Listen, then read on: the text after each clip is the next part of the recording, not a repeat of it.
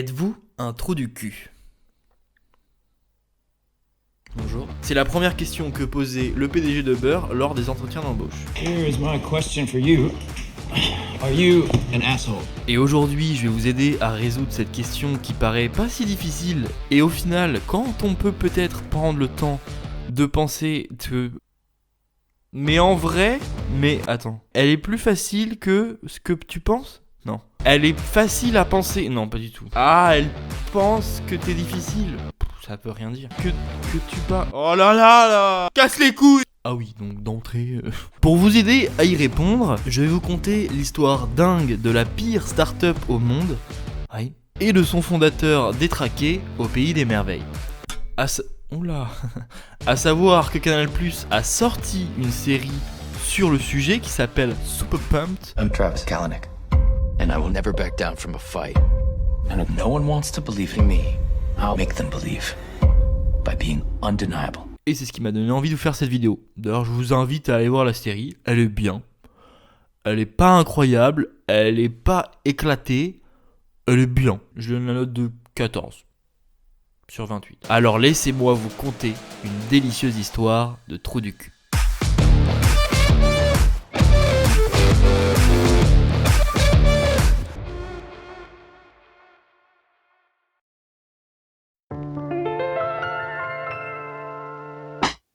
Tout commence un soir d'hiver à Paris, en décembre 2008. Il neige à gros flocons dehors et ce week-end-là, c'est la conférence Le Web à Paris. Cette conférence, elle attire les entrepreneurs du monde entier et elle vise surtout ceux de la Silicon Valley. C'est un peu the place to be si t'es un entrepreneur. Et au milieu de tout ce beau monde se baladent deux amis. Garrett Camp, un Canadien, et celui qui va nous intéresser aujourd'hui, un pur produit de la Silicon Valley, Travis Kalanick. Alors les deux amis, c'est pas encore des gros poissons, mais ils ont déjà un peu de galon quand même, puisqu'ils viennent de revendre tous les deux leur entreprise et ils sont déjà multimillionnaires.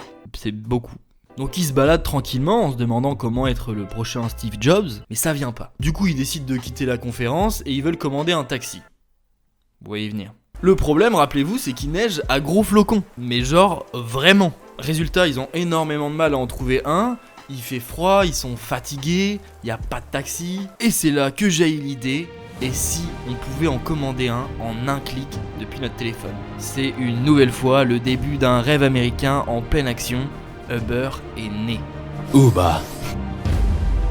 Et bah cette histoire, elle est fausse. Ah, ça commence comme ça, je vous mens d'entrée. En vrai, c'est pas vraiment moi qui vous mens, parce que cette histoire, elle était affichée sur le site d'Uber, mais elle a été retirée. Mais vous inquiétez pas, vous allez bientôt découvrir qui est Travis Kalanick. Alors les deux amis se sont bien rendus à la conférence Le Web en 2008, mais ce jour-là, il neigeait à peine, et en réalité, Garrett, ça faisait déjà plus de 2 ans que l'idée d'Uber, il l'avait. Putain, le rêve américain, j'y croyais. Et l'idée de base de Garrett, c'est d'acheter des voitures de luxe, d'embaucher des chauffeurs, et de louer un garage en centre-ville. Le problème de cette idée-là, c'est que ça allait coûter cher. Très cher. Et il y a 2 éléments qui vont lui permettre de mettre son idée en place. Le premier, c'est sa rencontre avec Travis Kalanick. Parce que Travis, il lui explique qu'ils ont qu'à créer une application, ils savent faire en plus, pour mettre en relation directement des clients et des chauffeurs ayant déjà une licence et une voiture. Pas besoin de garage, pas besoin de voiture, Travis, il pose la première pierre de ce qu'on appelle aujourd'hui l'ubérisation de l'économie. Mais ça, on en parlera plus tard. Travis, il a réglé le premier problème, mais on en a un deuxième. À l'époque, les applications, c'est assez récent, donc c'est pas très développé et leur application, en fait, elle risque d'avoir très peu de visibilité. Mais à chaque problème, sa solution, et cette solution, c'est un certain Steve Jobs qui va la donner. And the way we're going to do it is what we call the App Store.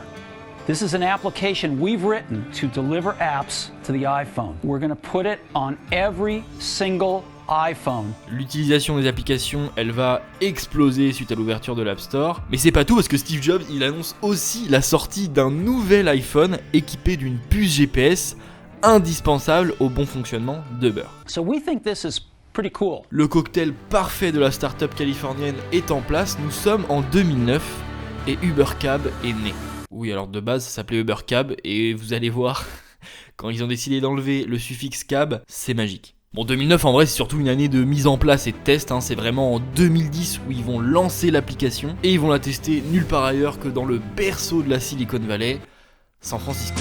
If you're going to San Francisco, Et dès le début ça marche assez bien, ils ont déjà un peu d'expérience, ils ont un peu de fond, l'idée elle est plutôt bonne, en soi c'est logique. Ouais. Sauf que le problème les gars, c'est que l'histoire de Burr, c'est des montagnes russes permanentes. Et chaque looping est plus dur et plus effrayant que le précédent. Et pour Travis Kalanick, même dans la tourmente, on ralentit pas, on accélère. En gros, dès le début, Uber Cap se situe dans un entre-deux juridique. À moitié légal, à moitié illégal. Et ça, Travis... Oh, à partir de maintenant, on va juste parler de Travis. En fait, Garrett, c'était son idée, mais Travis, il va très rapidement devenir le PDG unique décideur, et vraiment, il va construire Uber à son image. De la merde. Donc Travis, il le sait que Burr est dans un espèce de cul entre deux chaises juridiques, et en gros, le problème majeur, c'est qu'en fait, ils détiennent pas les voitures des chauffeurs, et ça, dans le monde des taxis, bah, y a pas le droit. Et sa stratégie pour contourner les emmerdes, ça va être de se développer vitesse grand V. Pour que quand les autorités s'apercevront du danger de leur existence, bah c'est trop tard. Et pour ça, Travis, il va acheter des milliers d'iPhone pour les chauffeurs, il leur file des primes pour les motiver, il offre la première course aux nouveaux utilisateurs pour les fidéliser plus vite, et cette stratégie, elle marche. Uber, ils sont très appréciés par les chauffeurs et par les utilisateurs, et ça très rapidement en plus. Et il commence à se développer et à s'exporter dans plusieurs villes avec toujours la même stratégie, rien demander à personne et devenir trop puissant trop rapidement pour que les autorités locales puissent faire quoi que ce soit. En d'autres termes, on vous emmerde. Mais rappelez-vous, l'histoire de Burr, c'est Goudurix. Poser une question. Est-ce que tu veux m'épouser? Et on amorce le premier looping. Are you the CEO? I am. This is an order to cease and desist all taxi and livery operations. You arresting me? Not at this time, sir, but if you continue in violation of city ordinance, we'll be back. Si Uber continue son activité, c'est 5000 $ d'amende par course Ubercam et 90 jours de prison par jour d'existence. Donc ça va mettre un petit coup de pression à Travis. Pas du tout. Travis, il aime quand c'est la merde, il veut des problèmes. And who do you think wants this more? Them? Or me? Alors on va pas se mentir, au début Travis, il fait chier beaucoup de monde. Il pique les clients et les chauffeurs des taxis traditionnels et il joue pas selon les mêmes règles. Et au début de cette histoire, c'est un peu David contre Goliath, sauf que le peuple, bah forcément, il est pour David, qui lutte tant bien que mal contre le système en place. Et Travis, il va beaucoup miser sur ce soutien populaire, à tel point qu'il met en place un bouton sur l'application qui envoie en un clic un mail préécrit à destination des autorités. Et c'est comme ça que les autorités locales, elles vont se retrouver à crouler sous les mails de soutien envers Uber qu'ils essayent de couler. En vrai, c'est du génie. Travis, il a même fait des manifs de soutien envers Ubercab en y faisant aller ses employés pour gonfler les rangs et crédibiliser les manifestations. Ce gars, c'est l'expression même de tous les moyens sont bons pour arriver à ses fins. C'est un pur produit de la Silicon Valley et pour lui, la croissance, c'est l'unique objectif, peu importe le prix auquel elle doit se faire. Mais les avertissements de la mairie, ils continuent à tomber et c'est là que Travis va mettre une nouvelle stratégie en place. Je vois pas, non. Non, y a pas d'amende. Arrêtez, sortez monsieur de mon bureau. On n'est pas comme vous, nous. Et vous savez ce que ça veut dire, le suffixe cab en anglais? Cab, ça veut dire taxi. Et Travis, il va se dire, ok, très bien, ils disent qu'on respecte pas la réglementation des taxis. Eh ben, on va arrêter d'être des taxis. À partir d'aujourd'hui, on s'appelle Uber. Vous l'aimez bien, Travis, pour le moment. N'inquiétez pas, vous n'allez pas tarder à le détester. Mais avant la haine, un peu d'amour et de soutien. Je vous invite à vous abonner, vous êtes presque 1800 sur la chaîne au moment où je tourne ces images. J'ai un peu envie de dire waouh. Bientôt on sera aussi nombreux que dans le village où je suis né. Bangkok. Et le jour où on dépasse ce chiffre, je pourrai enfin arrêter YouTube. Alors abonne-toi. Et regarde les vidéos aussi, sinon ça sert à rien. En parlant de vidéo, un soir, Travis marche dans les rues de San Francisco et il voit se garer une voiture avec une grosse moustache rose. Une femme s'en approche et rentre dedans. Travis, il est un peu interpellé. Il se dirige vers le véhicule et il s'agit bien d'une toute nouvelle entreprise de taxi basée sur le même système qu'Uber. Et la cliente, elle lui dit « Mais frérot, c'est vraiment moins cher qu'Uber. » Et le chauffeur, il lui dit « Je gagne vraiment mieux ma vie avec cette nouvelle application appelée Lyft. » Putain. C'est mon déguisement de Travis Kalanick énervé. Je vous remets une photo pour que vous compreniez. Vous l'avez? Bon allez, c'était long si vous l'aviez depuis le début. Forcément, il crée un nouveau secteur, donc la concurrence, elle explose. Et vous savez comment il la voit, la concurrence, Travis? Pour lui, la concurrence, elle se résout que par une domination totale de ses concurrents. Et son équipe avait lui dire, hein, concentre-toi sur Uber. Mais Travis, il peut pas laisser vivre Lyft, c'est pas possible. Il crée notamment une campagne promotionnelle où il va inviter les gens à raser la grosse moustache rose de Lyft. Je suis pas défoncé, c'est la vraie histoire. Il y avait vraiment des grosses moustaches roses sur les voitures Lyft, c'était pour qu'on les reconnaisse en gros. Et Travis, il a vraiment fait une pub avec un rasoir pour dire de raser les grosses moustaches.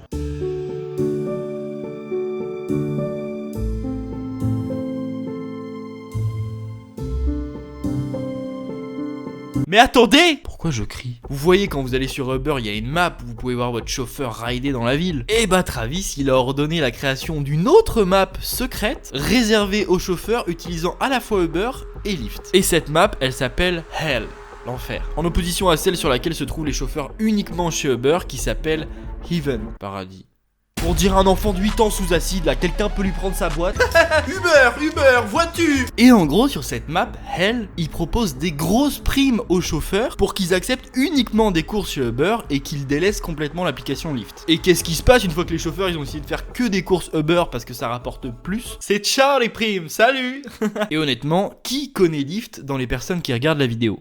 Je pense que la victoire, elle est vite gagnée. Mange la marde. C'est mon urine, c'est ma crotte. Oh. Tout ceci nous amène en juin 2013. Ouais, déjà. Uber est déjà immense, les investisseurs se multiplient, on peut citer Jeff Bezos ou la banque Goldman Sachs. Et pour concurrencer, que dis-je, écraser Lyft, Travis lance UberX. Je la baise et repars en UberX. Je la baise et repars en UberX. La suite logique, c'est l'hiver.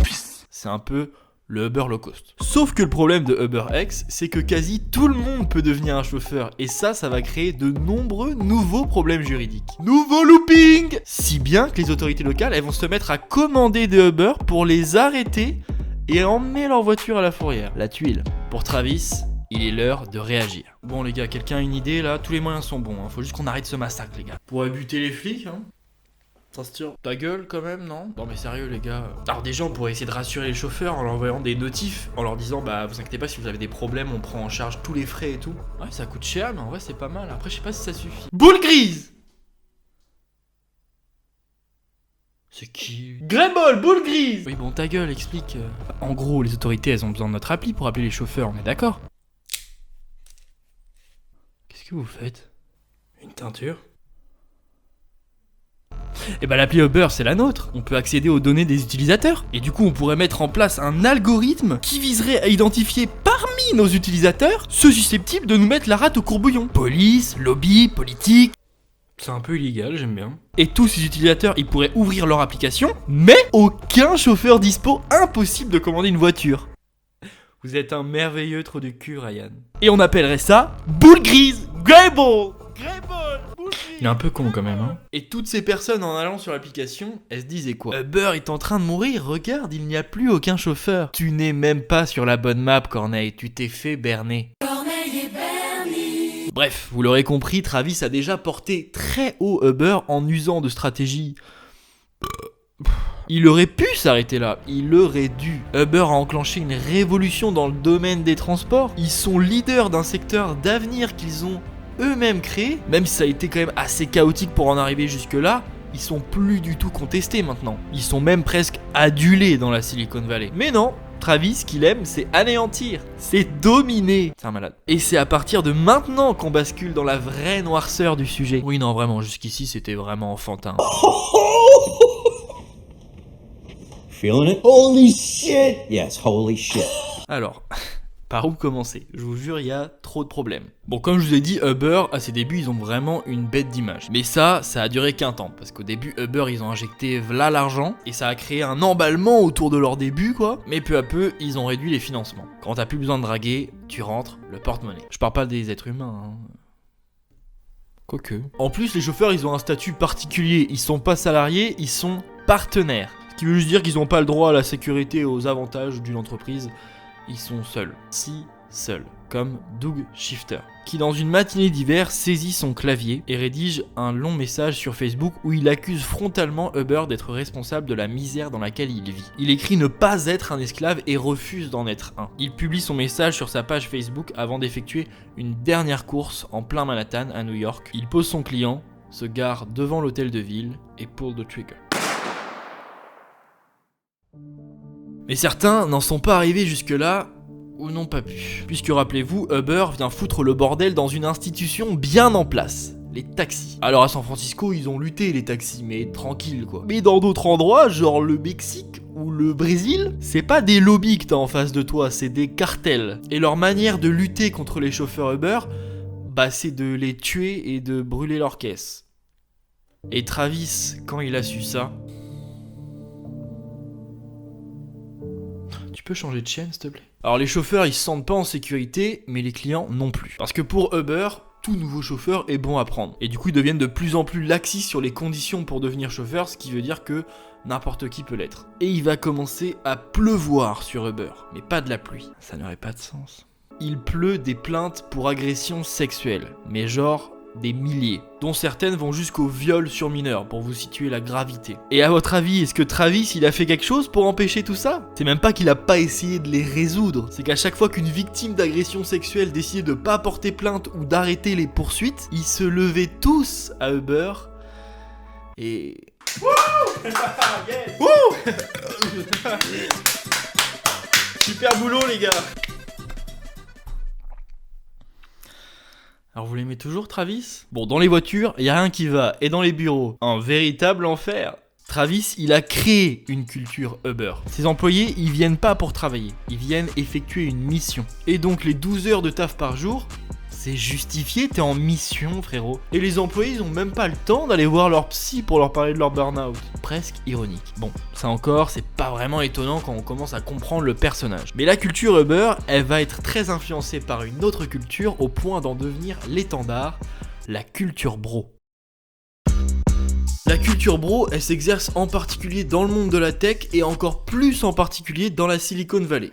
En plein dans le mille. Et cette culture, elle se caractérise par une misogynie profondément ancrée et renforcée par un effet de groupe puissant. On reste entre hommes, blancs, hétéros, issus de familles riches et issus d'universités prestigieuses. C'est bon, j'ai que le bac. Pour bien comprendre, New York Magazine, ils ont décrit le bro comme un homme blanc égocentrique en short de bain et un goût prononcé pour la bière bon marché. En gros, lui.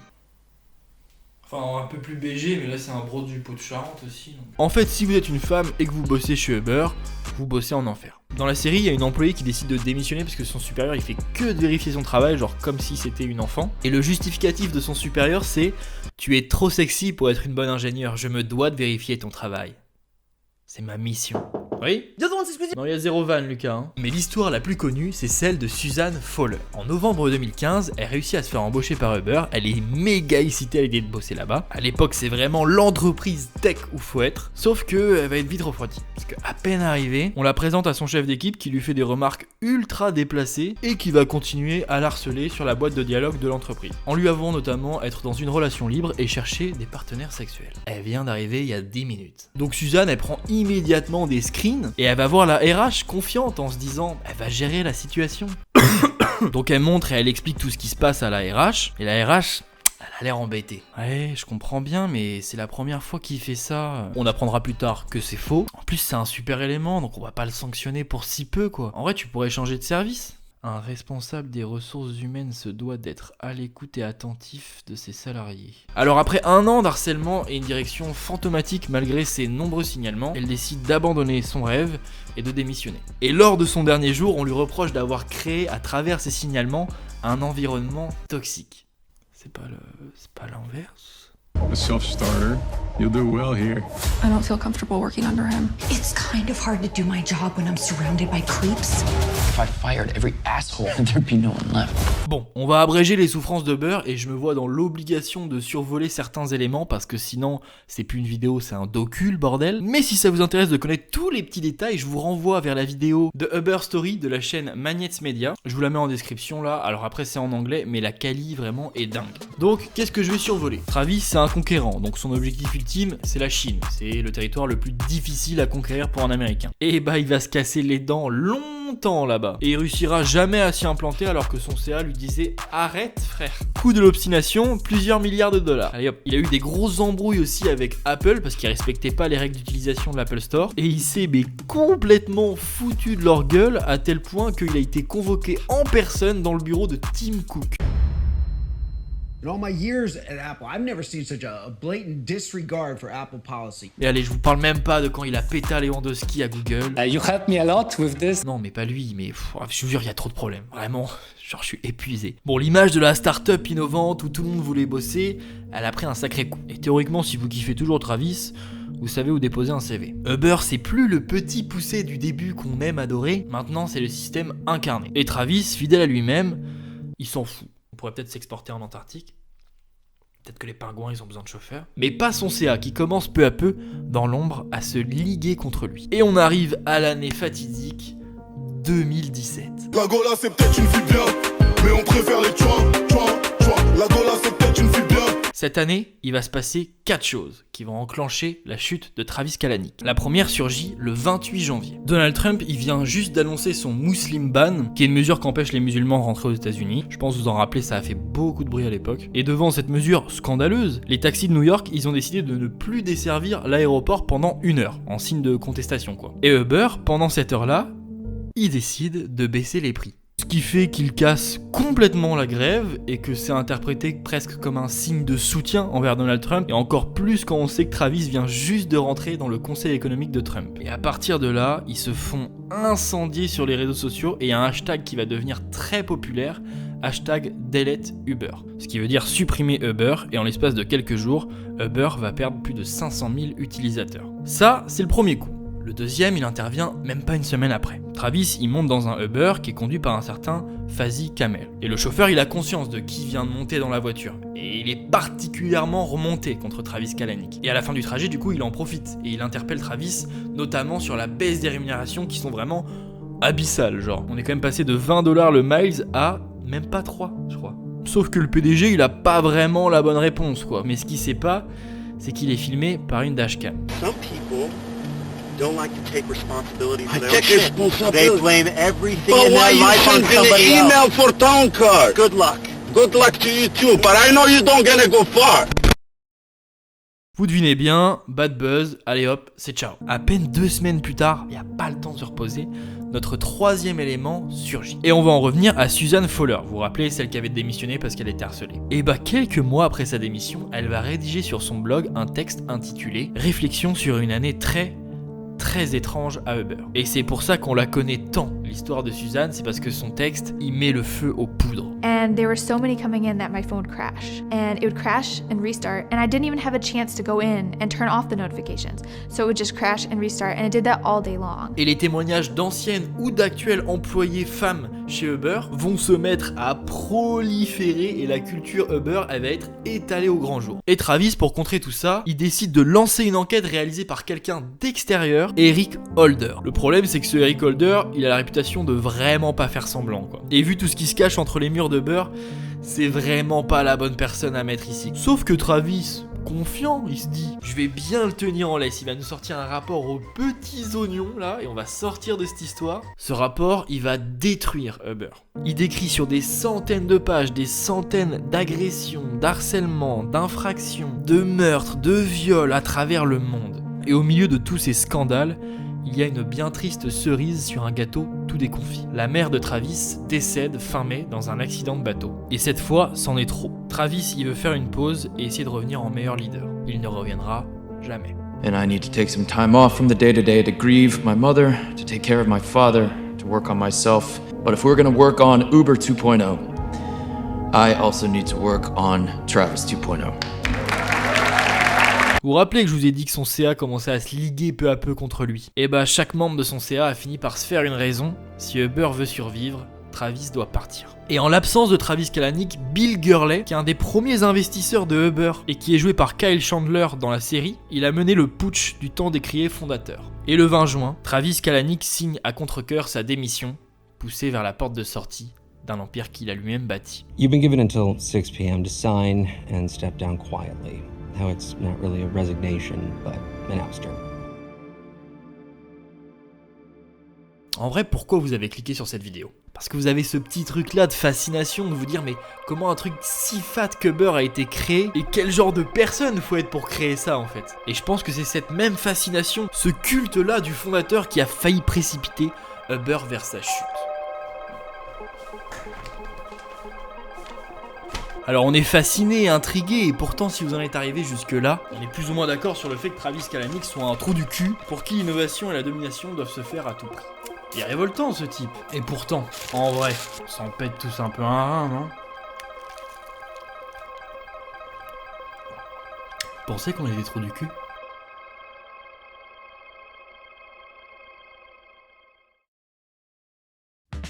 C'est la fin de la vidéo. Merci d'être arrivé jusque là, je pense qu'elle était bien longue, mais en vrai il y avait trop de trucs à aborder quoi. Et je voulais passer un petit message aussi puisque le nombre d'abonnés a un peu explosé récemment. J'avais pas sorti de vidéo depuis que ça a explosé quoi. Vous imaginez pas à quel point ça fait plaisir quand je vois le temps et la minutie que j'y consacre. Putain les gars, j'ai touché des thunes de YouTube quoi. Je peux m'acheter un billet de train genre pour Niort ou Châteauroux genre. Non en vrai pensez à vous abonner, c'est vraiment ce qui me fait le plus kiffer de voir cette petite communauté grandir de jour en jour. Ouais les gars, on peut parler de commu. Et en vrai ça.